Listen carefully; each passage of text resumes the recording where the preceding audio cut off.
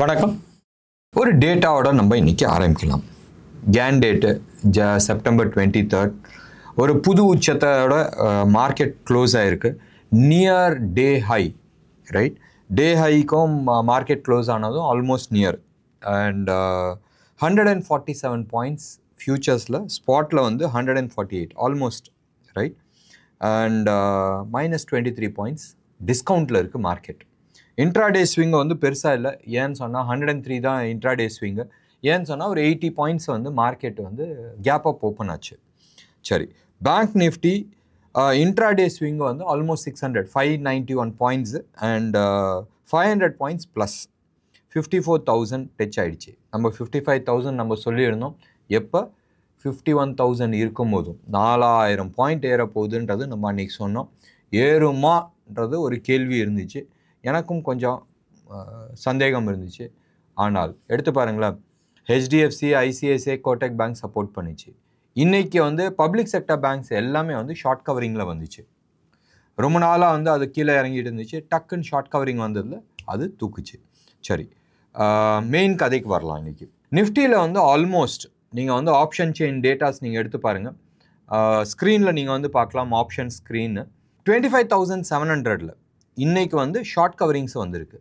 9,91,200 quantities of கால் வந்து close பண்ணியிருக்கிறாங்க. So pure short covering. ஏன்னு சொன்னால் நேற்று வந்து அரவுண்ட் அந்த 25,800 ஜோனில் இருந்துச்சு.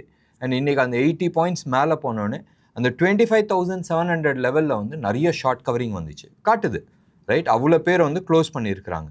ஆல்மோஸ்ட் 9,91,200. 750 எப்பயுமே அந்த 50s இருக்கிறதுலாம் கொஞ்சம் கம்மியாக தான் இருக்கும். அதில் வந்து ஆல்மோஸ்ட் 2,99,300 குவான்டிட்டிஸ் வந்து ஷார்ட் கவரிங் ஆகிருக்கு. 25,800 வந்து ஆல்மோஸ்ட் 5,30,000 குவான்டிட்டி வந்து ஷார்ட் ஆகிருக்கு. அப்போ இந்த ஷார்ட் அந்த கேப் அப் ஆனனால இந்த லெவலில் எல்லா இடத்துலையுமே வந்து ஷார்ட் கவரிங்ஸ் வந்திருக்கு. அண்ட் இந்த ஷார்ட் கவரிங்ஸ்னால தான் மேலே போய் மறுபடியும் இப்படி கீழே வந்ததுக்கப்புறமா மறுபடியும் ஷார்ட் கவரிங்ஸில் மேலே தூக்குச்சு. இந்த ஷார்ட் கவரிங்ஸ் எல்லாமே வந்து ஆஃப்டர்நூன் செஷனில் வந்தது தான். ஆஃப்டர்நூன் செஷன்ஸில் வந்த ராலி.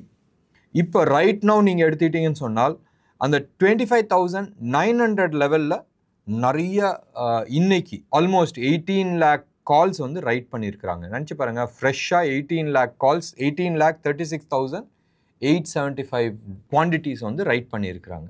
டிவைடட் பை 25 போட்டால் உங்களுக்கு வந்து லாட் வந்துடும். ஸோ இவ்வளோ குவான்டிட்டி அந்த லெவலில் வந்து இது பண்ணியிருக்கிறேன். அசியூம் நாளைக்கு வந்து டப்புன்னு 26,000 ஓப்பன் ஆகுதுன்னு வச்சுங்க. அப்போ இந்த லெவல் எல்லாத்தையுமே வந்து ஷார்ட் கவரிங்ஸ் வரும். இன்ட்ரெஸ்டிங்காக இருக்குது. 26,000 ஆல்மோஸ்ட் டச்சில் இருக்குது. நீங்கள் எடுத்து பார்த்தீங்கன்னா 25,915 லெவலில் இருக்குது. மோஸ்ட் லைக்லி நாளைக்கு வந்து ஃப்ளாட்டிஷாக ஓப்பன் ஆகலாம், இல்லை நெகட்டிவ் சைடில் ஓப்பன் ஆகலான்றது நிறைய பேர்த்தோட நம்பிக்கை. சப்போஸ் நாளைக்கும் வந்து ஒரு 70-80 பாயிண்ட்ஸ் பாசிட்டிவில் ஓப்பன் ஆச்சுன்னு சொன்னால் கஷ்டம்தான். ஏன்னு சொன்னால் ஹையஸ்ட் கால் வந்து 26,000 லெவலில் வந்து இருக்குது. ஆல்மோஸ்ட் 70 lakh குவான்டிட்டிஸ் வந்து ரைட்டாக இருக்குது. அதே மாதிரி செகண்ட் ஹையஸ்ட் நீங்கள் எடுத்துக்கிட்டீங்கன்னு சொன்னால் 25,900 லெவலில் ஆகிருக்கு. இன்றைக்கி அதில் மட்டுமே ஆல்மோஸ்ட் 46 lakhs குவான்டிட்டின்னு வச்சுங்க. அதில் மட்டுமே 18,36,000 குவான்டிட்டி வந்து இன்றைக்கி மட்டுமே ரைட் ஆகிருக்கு. ஸோ தட் மீன்ஸ் பயங்கர கான்ஃபிடென்ட்டாக இருக்காங்க இந்த லெவலில் கிராஸ் ஆகாது. ஒன்று. ரெண்டாவது, பேங்க் நிஃப்டியை பொறுத்த வரைக்கும் ஹையஸ்ட் கால் வந்து 55,000 லெவலில் ரைட் ஆகிருக்கு. அண்ட் செகண்ட் ஹையஸ்ட் வந்து 54,200 லெவலில் எழுதியிருக்கு. அப்போ கூட நம்பிக்கை இருக்குது. சரி, நம்ம நிஃப்டியை பொறுத்த வரைக்கும் 25,500 லெவலில் ஹையஸ்ட் புட் ரைட் ஆகிருக்கு, 86 lakh. ஸோ நிறைய பேர் வந்து கான்ஃபிடென்ட்டாக இருக்கிறாங்க.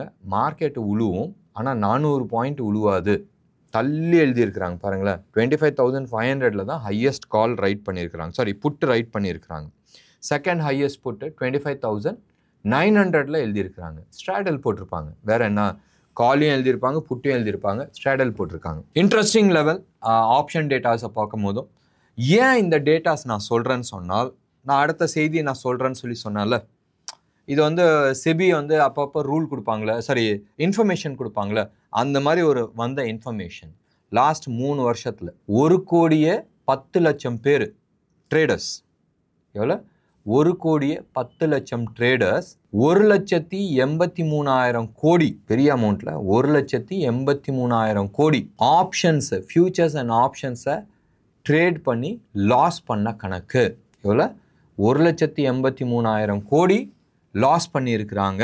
அப்போ இதுக்கு அர்த்தம் என்ன? யாரோ சில நபர்கள் 1,83,000 கோடி சம்பாரிச்சிருக்கிறான்றது அர்த்தம். நீங்கள் இந்த டேட்டா கொடுக்கும் போதும் இந்த டேட்டாவை நீங்கள் யோசிக்கணும். 1,83,000 கோடி யாரோ சம்பாரிச்சிருக்கிறாங்க, சில நபர்கள். மேக்சிமம் பேர் லூஸ் பண்ணியிருக்கிறாங்க, சில நபர்கள் சம்பாரிச்சிருக்கிறாங்க. அந்த சில நபர்கள் சம்பாரிச்சதுக்கு காரணம் என்னன்னு தெரியுமா? இதில் அந்த சம்பாரிச்ச நபர்கள் இருக்காங்க தெரியுமா, அவங்க ஃபியூச்சர்ஸ் அண்ட் ஆப்ஷன்ஸை அக்கு வேறு ஆணி வேறா பிரித்து ஒவ்வொரு ஆப்ஷன் கிரீக்ஸை பற்றி தெரிஞ்சவங்க சம்பாரிச்சிருப்பாங்க. ஏன் மார்க்கெட் மேலே போகுது, ஏன் மார்க்கெட் கீழே வருது? இன்னைக்கு மார்க்கெட்டெல்லாம் வந்து ஹெவி வெயிட்ஸ்லாம் யாருமே மேலே போகல. Pure short covering. எப்படி? பியூர் ஷார்ட் கவரிங்னால தான் மேலே போச்சு. பப்ளிக் செக்டர் என்டர்பிரைசஸ் ஆகட்டும், பப்ளிக் செக்டர் பேங்க்ஸ் ஆகட்டும், எல்லாமே வந்து ஷார்ட் கவரிங்கில் மேலே ஏறிச்சு. ரைட்? ஷார்ட் கவரிங்கில் ஏறுதுன்னு சொன்னால் அப்போ நிறைய பேர் இன்னைக்கு வந்து கால் வாங்கினாங்க, சம்பாரிச்சாங்க, அது வேற விஷயம். பட் ஏன் கால் வாங்கினாங்கன்னு தெரியாத வாங்கியிருப்பாங்க. மார்க்கெட் மேலே ஏறிச்சுன்னு சொன்னால் சாதாரணமாக விக்ஸு கீழே விழுவணும்.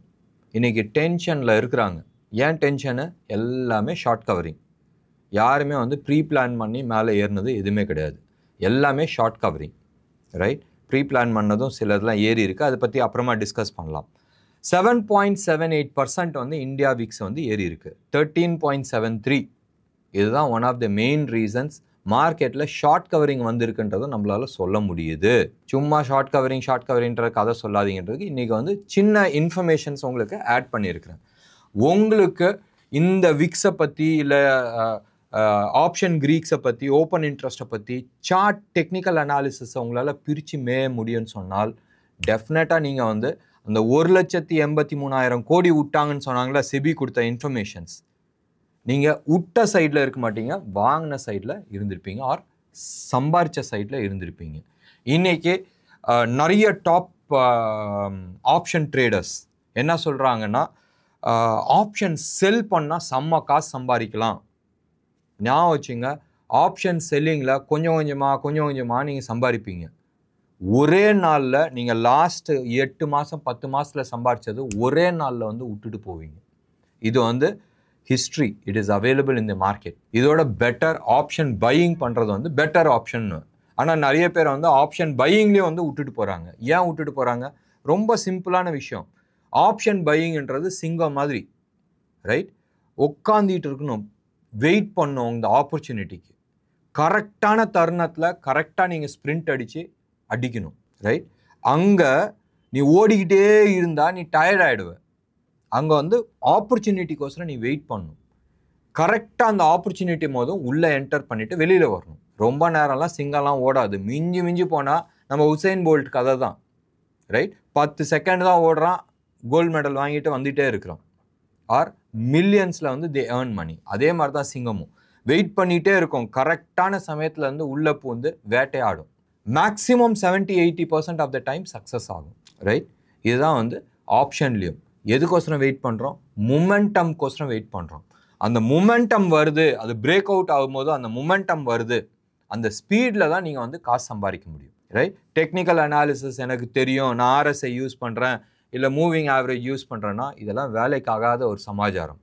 எங்கே வேலைக்காகும்?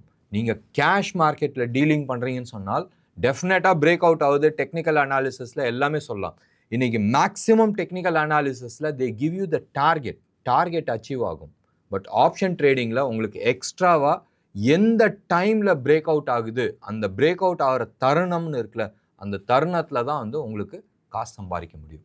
யார் ட்ரைனிங்கில் இந்த விஷயத்தை கவர் பண்ணுறாங்களோ டெஃபினட்டாக வந்து நீங்கள் சக்ஸஸ்ஃபுல் ட்ரேடராக இருக்கிறதுக்கான வாய்ப்புகள் உண்டு. சரி, மேட்ருக்கு வரலாம். இன்னைக்கு மார்க்கெட்டில் ரியாலிட்டி செம்ம ஜாக்பாட்னு வச்சுக்கலாம். ரியாலிட்டி இன்னைக்கு டாப் பர்ஃபார்மராக இருந்துச்சு.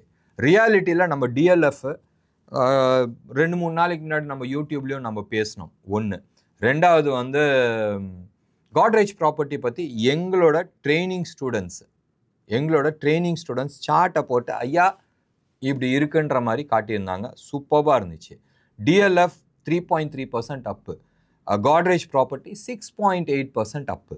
நம்ம எஸ்கார்ட்டை பற்றி ஃப்ரைடே அன்னைக்கு நம்ம வீடியோ போட்டோம்னு நினைக்கிறேன். ஃப்ரைடேவோ சாட்டர்டேவோ நம்ம வந்து போட்டோம். இன்றைக்கி வந்து 4% அப்பு, 3.9% அப்பு. அதே மாதிரி மஹிந்திரா அண்ட் மஹிந்திரா ஃபைனான்ஸ் ஆகட்டும், ஃபைனான்ஸ் செக்டர் எல்லாமே, என்பிஎஃப்சிஸ் எல்லாமே வந்து சூப்பர் டூப்பராக இருக்குது. ஒன்றும் இல்லை, ஒரு சின்ன அடிஷ்னல் இன்ஃபர்மேஷன். இந்த செப்டம்பர் 1ஆம் தேதியிலேருந்து இந்த வெள்ளிக்கிழமை வரைக்கும் ரைட், எஃப்ஐஐஸ் வந்து பெரிய பணம் வந்து இந்தியன் மார்க்கெட்டில் போட்டிருக்காங்க. ஃப்ரைடே அன்னைக்கு மட்டுமே வந்து 14,000 crores போட்டிருக்காங்க. பணம் எங்கடா போச்சுன்னு சொல்லிட்டு நீங்கள் அனாலிசிஸ் எடுத்து பார்த்தீங்கன்னா அவங்க எல்லாமே maximum cash right, 60-65% of the cash வந்து அவங்க எடுத்துகிட்டு போய் போட்டது என்பிஎஃப்சியில், பேங்க்கில் கிடையாது, என்பிஎஃப்சியில் வந்து போட்டிருக்காங்க. ஃபைனான்ஷியல் செக்டர்னு வச்சுக்கலாம். என்பிஎஃப்சின்னு சொன்னால் ஃபைனான்ஷியல் செக்டர்னு சொன்னால் அதில் ஹெச்டிஎஃப்சி, ஐசிஐசிஐ பேங்க்கு அவங்களாம் கூட வராங்க. Plus Bajaj finance, Jio finance இவங்களாம் கூட வராங்க. ஸோ டெஃபினட்டாக banking sector when compare to other sectors valuations better வேல்யூவேஷன்ஸில் இருந்துச்சு. த மணி உள்ளே வர்றது பார்த்தால் பேங்கிங் செக்டர்ஸ் பெரிய பர்ஃபார்மன்ஸ் பண்ணுறதுக்கான வாய்ப்புகள் இருக்குது. ஆஸ் பர் எஃப்ஐஐஸோட டேட்டாஸ் அவங்க வந்து வேல்யூவேஷன் சொல்லியிருக்கிறாங்க. மற்ற செக்டார் வேல்யூவேஷனோட இந்த செக்டார் வேல்யூவேஷன்ஸ் நல்லா இருக்குது. இது பாயிண்ட் 1. பாயிண்ட் 2, உலகத்திலேயே மறுபடியும் நான் சொல்கிறேன், உலகத்திலேயே இந்தியன் மார்க்கெட் தான் பயங்கர காஸ்ட்லி. இதுக்கு அடுத்தபடியாக யார் காஸ்ட்லியாக இருக்காங்க? அமெரிக்கா. நம்மளோட பிஇ ரேஷியோ இருக்குல்ல 26+ இருக்குது. அப்படின்னா நான் 26 ரூபா இன்வெஸ்ட் பண்ணால் வருஷம் ₹1 எனக்கு லாபம் வருதுன்னு எடுத்துக்கிட்டேன்னா அடுத்த 26 வருஷம் பிடிக்கும் அசால போட்டு எடுக்கிறதுக்கு. ஆனால் எப்பயுமே ஹை பிஇ ரேஷியோ இருக்குன்னு சொன்னால் மக்கள் வந்து கம்பெனி மேலே ஆர் கண்ட்ரி மேலே நம்பிக்கை ஜாஸ்தி வச்சுருக்கிறாங்க. தட் இங்கே போடுற கேஷை வந்து ஃபாஸ்ட்டாக க்ரோ ஆகுன்றது. சரியா? நினச்சி பாருங்கள், எஃப்ஐஐஸ் வந்து இங்கே கொட்டுறது வந்து நம்ம மேலே இருக்கிற நம்பிக்கைன்றது அடுத்த விஷயம். உலகத்தில் வேறு எங்கேயுமே வந்து க்ரோத் கிடையாது. ரெண்டாவது வந்து யூஎஸில் இன்ட்ரெஸ்ட் ரேட் கட் ஆச்சு, அங்கேருந்து உருவி எங்கே போடலாம்? இங்கே தான் போட முடியும். சரி, ரெண்டாவது வந்து யூஎஸ் வந்து அரௌண்ட் 25 பிஇ ரேஷியோ பக்கமாக இருக்குது. மற்ற கண்ட்ரீஸ்லாம் கீழே இருக்குது. சைனா 9ல் இருக்குது. பயங்கர சீப்பு. ஆனாலும் யாரும் வாங்கிறது கிடையாது. இது சீப்பாக இருக்குன்னு சொல்லி இது நான் வாங்குறேன்னு சொல்கிறதுல அர்த்தம் கிடையாது. ஆனால் இது காஸ்ட்லியாக வாங்கி அதுக்கு மேலே போகிறதுக்கான வாய்ப்புகள் நிறையா இருக்குது. ஹாட்டாக இருக்குதுன்னு சொன்னால் அந்த இடத்துல இன்னமும் ரேட் இன்க்ரீஸ் ஆகிறதுக்கான சான்சஸ் இருக்குது. நிறைய விஷயத்த வந்து நம்ம க்ரன்ச் பண்ணி உள்ளே எடுத்துகிட்டு போகிறோம். சரி, யூஎஸ் மார்க்கெட் ரைட் நவ் பயங்கர ஃப்ளாட்டிஷாக இருக்குது. ஃப்ளாட் பாசிட்டிவாக இருக்குது. யூரோப் எல்லாமே வந்து ஃப்ளாட் பாசிட்டிவாக இருக்குது. டாலர் இண்டெக்ஸ் ஒரு 1/4% வந்து மேலே இன்க்ரீஸ் ஆகிருக்கு. அந்த 1/4% இன்க்ரீஸ் ஆச்சுன்னா என்ன ஆகும்? கமாடிட்டிஸ்லாம் இறங்கணும். ஆனால் எதுவுமே இறங்கலை. எல்லாமே வந்து ஃப்ளாட் பாசிட்டிவாக நின்றுட்டுருக்கு. எக்ஸப்ட் ஃபார் சில்வர், அது வந்து 1.25% கீழே இறங்கியிருக்கு. மற்றபடி வேறு எதுவுமே இறங்கலை. ருப்பியை பொறுத்த வரைக்கும் 83.55 லெவலில் இருக்குது. அண்ட் கோல்டை பொறுத்த வரைக்கும் ஓடிசி மார்க்கெட்டில் வந்து 2625 லெவலில் இருக்குது. ஃபியூச்சர்ஸ் மார்க்கெட்டில் எடுத்துக்கிட்டிங்கன்னா ஆல்மோஸ்ட் 2650 லெவலில் இருக்குது. $25 ஓடிசிக்கும் ஃபியூச்சர்ஸ்க்கும் வந்து வித்தியாசம். இந்தியன் மார்க்கெட்டில் ஆல்மோஸ்ட் 7700 லெவலில் டச் ஆகிடுச்சு. 24 கேரட் ஹோல்சேல் ரேட் ஜிஎஸ்டியோட விற்கிற கோல்டு விலை. சில்வரை பொறுத்த வரைக்கும் நேற்றுனா ஃப்ரைடேயோட இன்றைக்கி வந்து ஒரு 1000 ரூபா குறைஞ்சிருக்கு. ஆல்மோஸ்ட் 90,500 லெவலில் சில்வர் ட்ரேட் ஆகிட்டுருக்கு. மறுபடியும் நான் சொல்கிறேன், கோல்டு ஏறுறதோட சில்வர் ஜாஸ்தி ஏறுறதுக்கான வாய்ப்புகள் உண்டு மார்க்கெட்டை பொறுத்த வரைக்கும். இன்றைக்கி நம்ம ஸ்டாக் ஸ்பெசிஃபிக்காக எதுவுமே டிஸ்கஸ் பண்ண வேணாம். ஞாபகம் வச்சுங்க, கேன் டேட்டு மார்க்கெட் ரிவர்சல் மோஸ்ட்டாக ஆகிருக்கு இதுக்கு முன்னாடி. ஒன்று. ரெண்டாவது, ரைட் நவ் தோ மார்க்கெட் நல்லா ஏறி இருக்கு. 7.73% வந்து விக்ஸும் ஏறி இருக்கு. மூணாவது, நிஃப்டி ஆகட்டும் பேங்க் நிஃப்டி ஆகட்டும் ரெண்டுமே வந்து டிஸ்கவுண்ட்டில் இருக்குது. எஃப்ஐஐ டேட்டா இது வரைக்கும் வரல. இந்த ப்ரோக்ராம் அரௌண்ட் 6:15 பக்கமாக ரெக்கார்ட் பண்ணுறோம். எஃப்ஐஐ டேட்டாஸ் வந்துச்சுனால் ஃபர்தர் இன்ஃபர்மேஷன்ஸ் கிடைக்கும். ஸோ பார்த்து ட்ரேட் பண்ணுறது புத்திசாலித்தனமாக இருக்கும். அண்ட் பாருங்களேன், முடிஞ்ச அளவுக்கு எங்கேயாச்சும் ஒரு இடத்துல ஸ்ட்ரிக்ட் ஸ்டாப் லாஸ் போடுறது புத்திசாலித்தனமாக இருக்கும். என்ன நேர்களே, இன்றைக்கி ப்ரோக்ராம் உங்களுக்கு பிடிச்சிருந்துச்சுன்னா லைக் பண்ணுங்கள், ஷேர் பண்ணுங்கள். டெஃபினட்டாக உங்களோட கமெண்ட் பாக்ஸில் கொடுங்க. நன்றி, வணக்கம்.